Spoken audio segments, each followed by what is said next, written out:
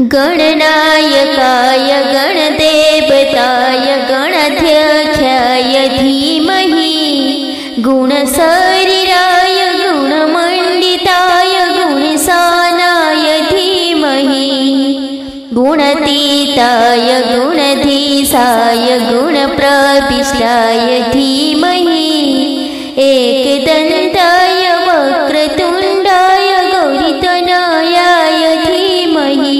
ओम गं गणपतये नमः। प्रिय बंधुगण, आज कार्तिक पूर्णिमा बुधवार गणपतिंकर प्रिय बार अटे।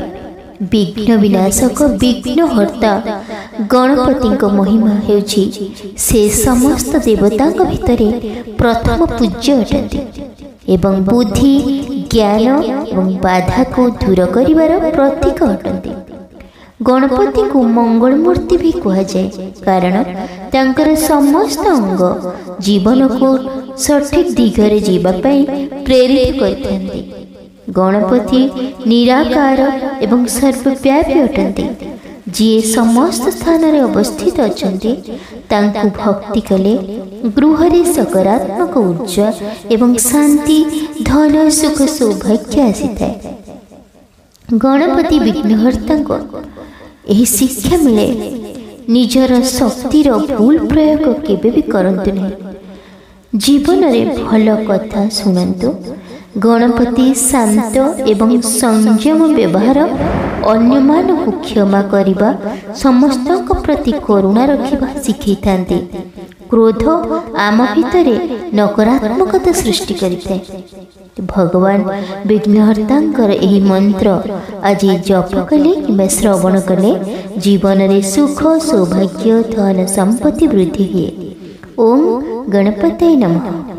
ओम नमो भगवते वक्रतुण्डाय सिद्धिविनायकाय सर्वविघ्नप्रशमनाय स्वाहा।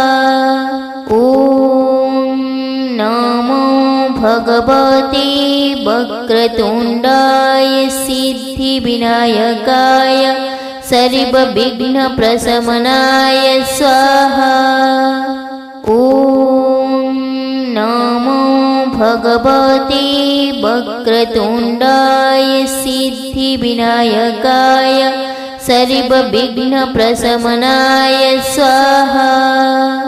ओम नमो भगवते वक्रतुण्डाय सिद्धिविनायकाय सर्वविघ्नप्रशमनाय स्वाहा। ओम नमो भगवते वक्रतुण्डाय सिद्धिविनायकाय सर्वविघ्नप्रशमनाय स्वाहा। ओम नमो भगवते वक्रतुण्डाय सिद्धिविनायकाय सर्वविघ्नप्रशमनाय स्वाहा। ओम नमो भगवते वक्रतुण्डाय सिद्धिविनायकाय सर्वविघ्नप्रशमनाय स्वाहा। ओम नमो भगवते वक्रतुण्डाय सिद्धिविनायकाय सर्वविघ्नप्रशमनाय स्वाहा। ओम नमो भगवते वक्रतुण्डाय सिद्धिविनायकाय सर्वविघ्नप्रशमनाय स्वाहा। ओम नमो भगवते वक्रतुण्डाय सिद्धिविनायकाय सर्वविघ्नप्रशमनाय स्वाहा। ओम नमो भगवते वक्रतुण्डाय सिद्धिविनायकाय सर्वविघ्नप्रशमनाय स्वाहा। ओम नमो भगवते वक्रतुण्डाय सिद्धिविनायकाय सर्वविघ्नप्रशमनाय स्वाहा। भगवते वक्रतुण्डाय सिद्धिविनायकाय सर्वविघ्नप्रशमनाय स्वाहा। ॐ नमो भगवते वक्रतुण्डाय सिद्धिविनायकाय सर्वविघ्नप्रशमनाय स्वाहा।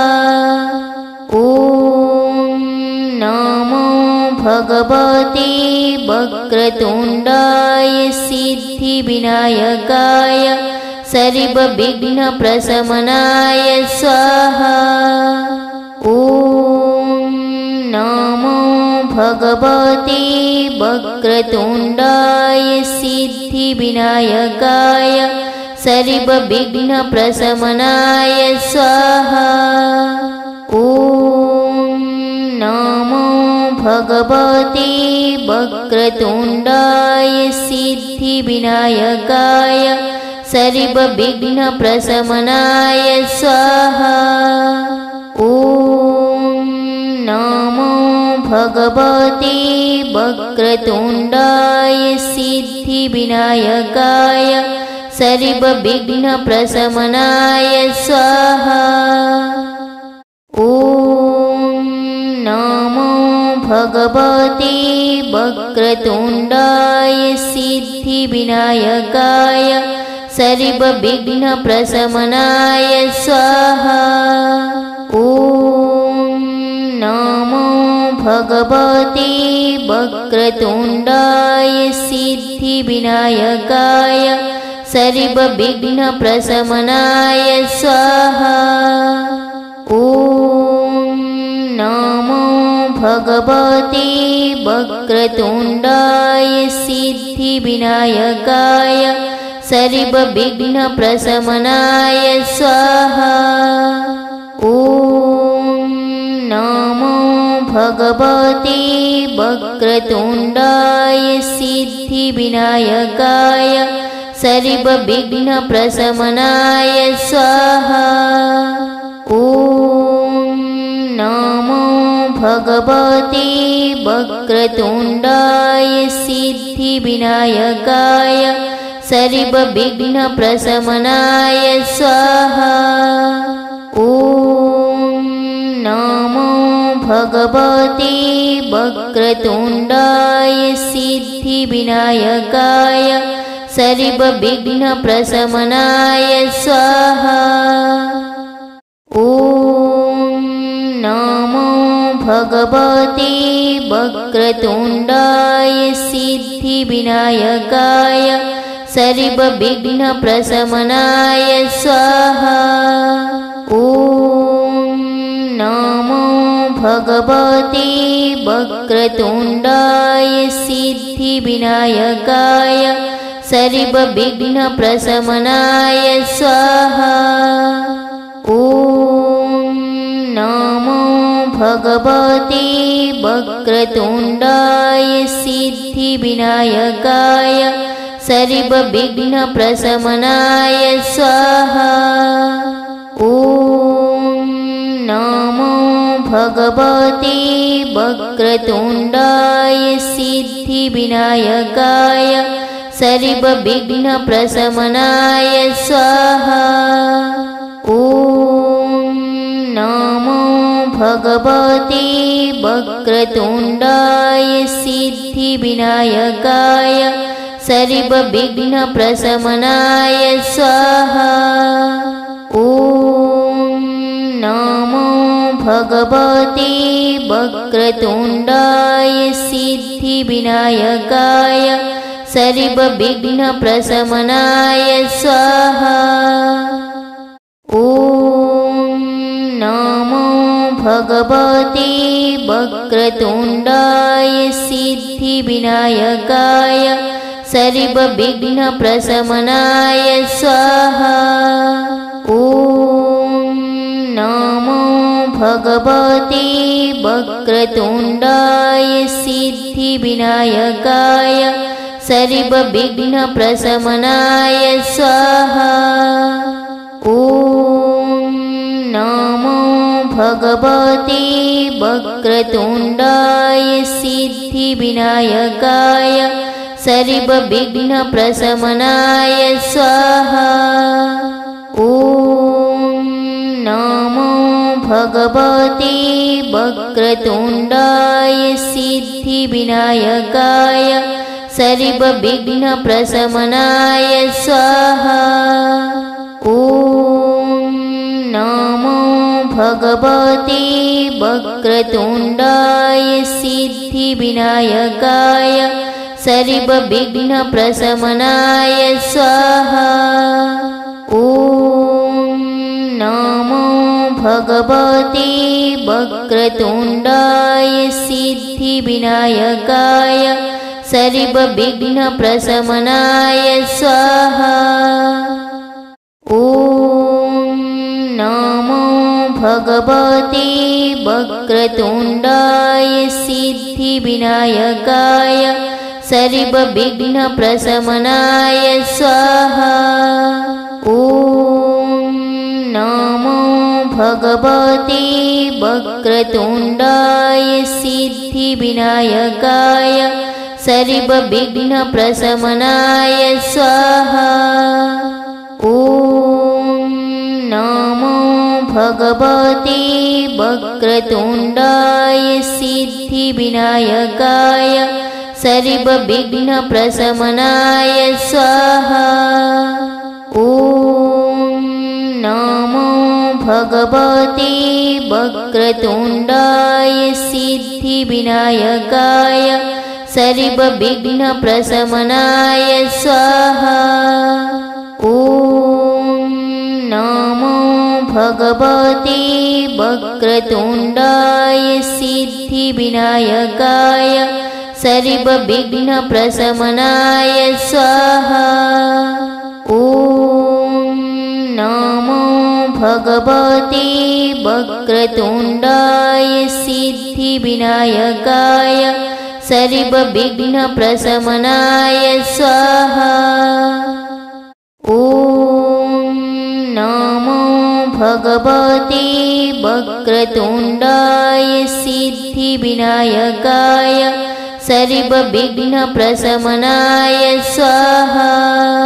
ॐ नमो भगवते वक्रतुण्डाय सिद्धिविनायकाय सर्वविघ्नप्रशमनाय स्वाहा। ॐ नमो भगवते वक्रतुण्डाय सिद्धिविनायकाय सर्वविघ्नप्रशमनाय स्वाहा। ॐ नमो भगवते वक्रतुण्डाय सिद्धिविनायकाय सर्वविघ्नप्रशमनाय स्वाहा।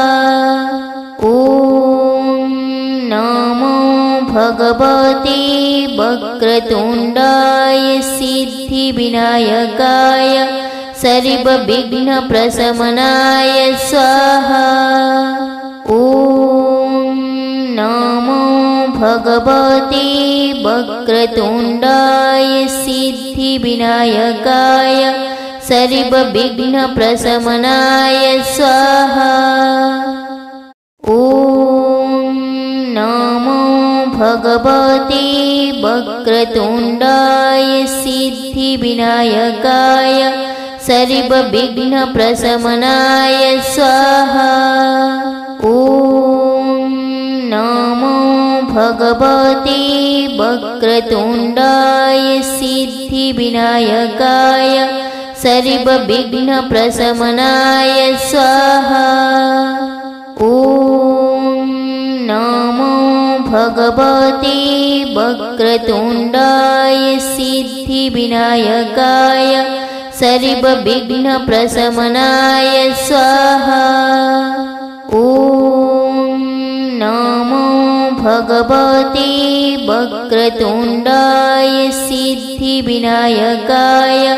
सर्वविघ्नप्रशमनाय स्वाहा। ॐ नमो भगवते वक्रतुण्डाय सिद्धिविनायकाय सर्वविघ्नप्रशमनाय स्वाहा। ॐ नमो भगवते वक्रतुण्डाय सिद्धिविनायकाय सर्वविघ्नप्रशमनाय स्वाहा। ॐ नमो भगवते वक्रतुण्डाय सिद्धिविनायकाय सर्वविघ्नप्रशमनाय स्वाहा। ॐ नमो भगवते वक्रतुण्डाय सिद्धिविनायकाय सर्वविघ्नप्रशमनाय स्वाहा। ॐ नमो भगवते वक्रतुण्डाय सिद्धिविनायकाय सर्वविघ्नप्रशमनाय स्वाहा। ॐ नमो भगवते वक्रतुण्डाय सिद्धिविनायकाय सर्वविघ्नप्रशमनाय स्वाहा। ॐ नमो भगवते वक्रतुण्डाय सिद्धिविनायकाय सर्वविघ्नप्रशमनाय स्वाहा। ॐ नमो भगवते वक्रतुण्डाय सिद्धिविनायकाय सर्वविघ्नप्रशमनाय स्वाहा। ॐ नमो भगवते वक्रतुण्डाय सिद्धिविनायकाय सर्वविघ्नप्रशमनाय स्वाहा। ॐ नमो भगवते वक्रतुण्डाय सिद्धिविनायकाय सर्वविघ्नप्रशमनाय स्वाहा। ॐ नमो भगवते वक्रतुण्डाय सिद्धिविनायकाय सर्वविघ्नप्रशमनाय स्वाहा। ॐ नमो भगवते वक्रतुण्डाय सिद्धिविनायकाय सर्वविघ्नप्रशमनाय स्वाहा। ॐ नमो भगवते वक्रतुण्डाय सिद्धिविनायकाय सर्वविघ्नप्रशमनाय स्वाहा। ॐ नमो भगवते वक्रतुण्डाय सिद्धिविनायकाय सर्वविघ्नप्रशमनाय स्वाहा।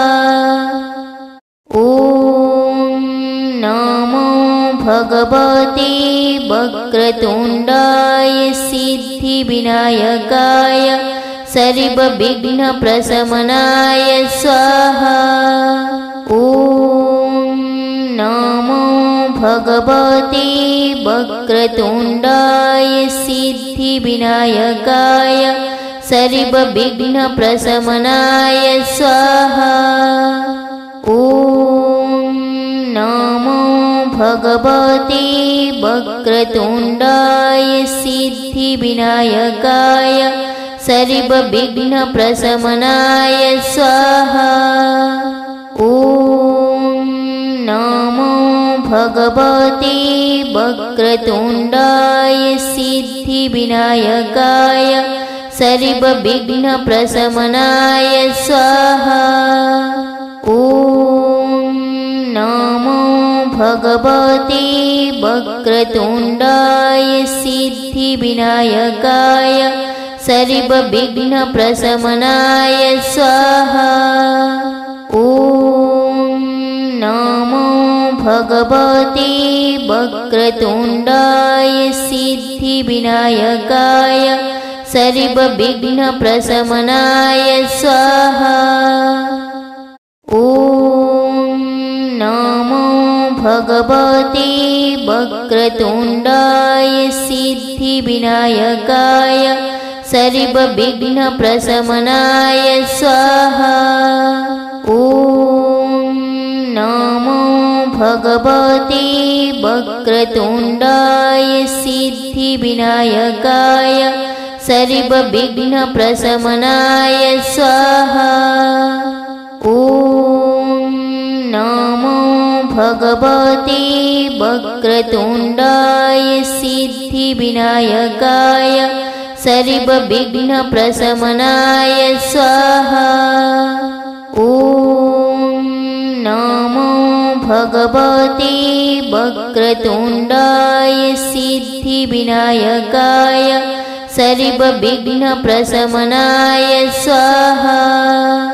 ॐ नमो भगवते वक्रतुण्डाय सिद्धिविनायकाय सर्वविघ्नप्रशमनाय स्वाहा। ॐ नमो भगवते वक्रतुण्डाय सिद्धिविनायकाय सर्वविघ्नप्रशमनाय स्वाहा।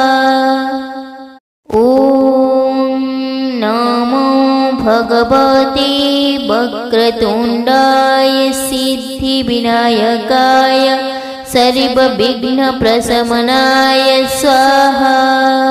ॐ नमो भगवते वक्रतुण्डाय सिद्धिविनायकाय सर्वविघ्नप्रशमनाय स्वाहा।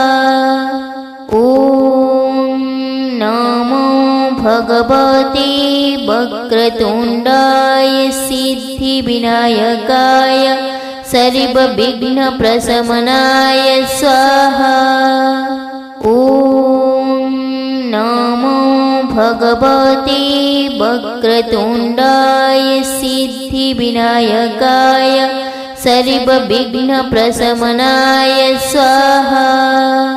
ॐ नमो भगवते वक्रतुण्डाय सिद्धिविनायकाय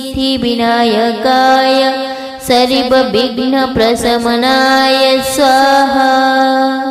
ॐ नमो भगवते वक्रतुण्डाय सिद्धिविनायकाय सर्वविघ्नप्रशमनाय स्वाहा। ॐ नमो भगवते वक्रतुण्डाय सिद्धिविनायकाय सर्वविघ्नप्रशमनाय स्वाहा। ॐ नमो भगवते वक्रतुण्डाय सिद्धिविनायकाय सर्वविघ्नप्रशमनाय स्वाहा। ॐ नमो भगवते वक्रतुण्डाय सिद्धिविनायकाय सर्वविघ्नप्रशमनाय स्वाहा। ॐ नमो भगवते वक्रतुण्डाय सिद्धिविनायकाय सर्वविघ्नप्रशमनाय स्वाहा। ॐ नमो भगवते वक्रतुण्डाय सिद्धिविनायकाय सर्वविघ्नप्रशमनाय स्वाहा। ॐ नमो भगवते वक्रतुण्डाय सिद्धिविनायकाय सर्वविघ्नप्रशमनाय स्वाहा। ॐ नमो भगवते वक्रतुण्डाय सिद्धिविनायकाय सर्वविघ्नप्रशमनाय स्वाहा। ॐ नमो भगवते वक्रतुण्डाय सिद्धिविनायकाय सर्वविघ्नप्रशमनाय स्वाहा।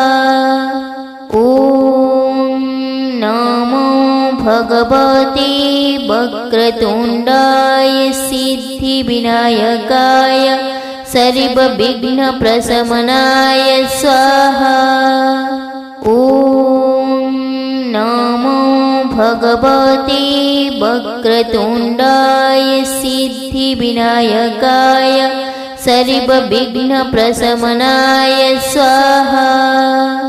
ॐ नमो भगवते वक्रतुण्डाय सिद्धिविनायकाय सर्वविघ्नप्रशमनाय स्वाहा।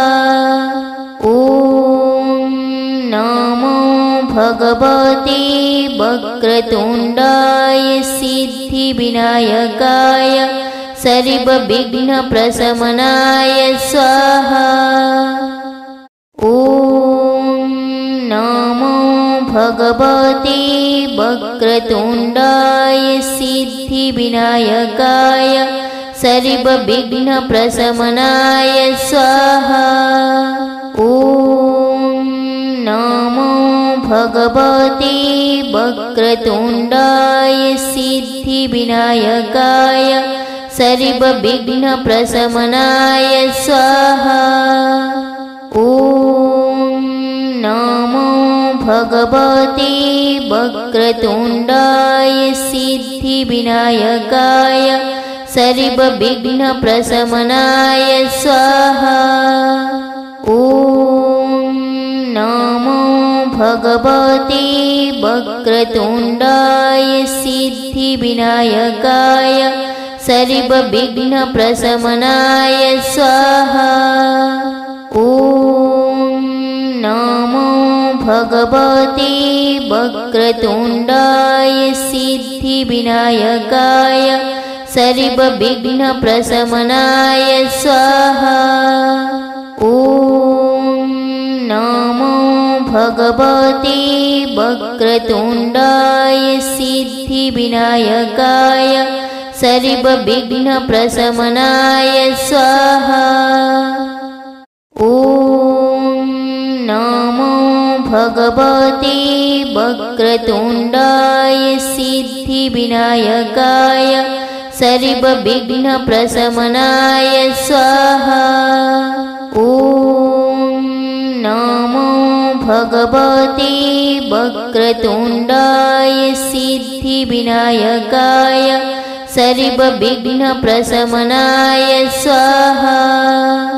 ॐ नमो भगवते वक्रतुण्डाय सिद्धिविनायकाय